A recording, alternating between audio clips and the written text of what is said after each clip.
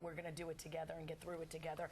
All right, it is 9:53 left in the wake of Sandy's fury. Flooded homes, down power lines, lots of uprooted trees. We showed you all those pictures. PIX 11's viewer, Ara Chekmayan, didn't have to walk far in his neighborhood to see the damage. Ara, thank you so much for joining us on the phone. Thank you for having me. Good morning. Oh, gosh, you know, you've been a contributor on the show for many years. You're also a Queens resident, Middle Village. We haven't checked in on Queens, so what's the situation? So Queens actually is pretty tore up. It's not as bad as some other sections. Middle Village, Queens has a lot of trees in it. There's photos I sent in from Juniper Valley Park where you can see some massive trees that have been uprooted completely, toppling onto cars, into some homes, downed wires. It's a pretty big mess. Unfortunately, other parts of Queens closer to the water have been much more significantly damaged. However, one of the things that you do need to be aware of and be careful of is the downed wires and downed trees where you can put yourself in peril needlessly, taking photos or just walking around the area.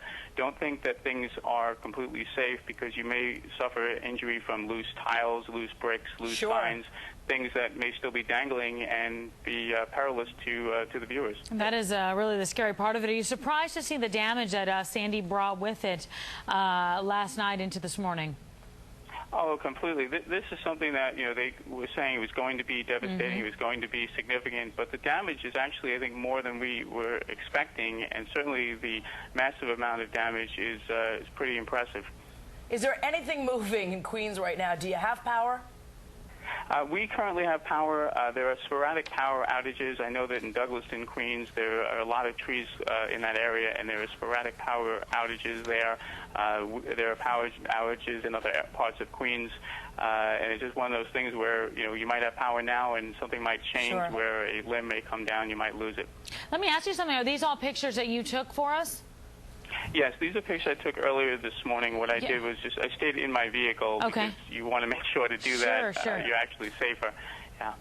Really incredible, though. But on the streets, anybody outside now, I know a lot of people just want to get out and just kind of assess the damage as well and see what's going on. Obviously not a safe situation. You did it from your car, which is probably the right thing to do if you're going to head out there. But are there a lot of people kind of milling about wanting to sort of get things back to normal and begin the cleanup?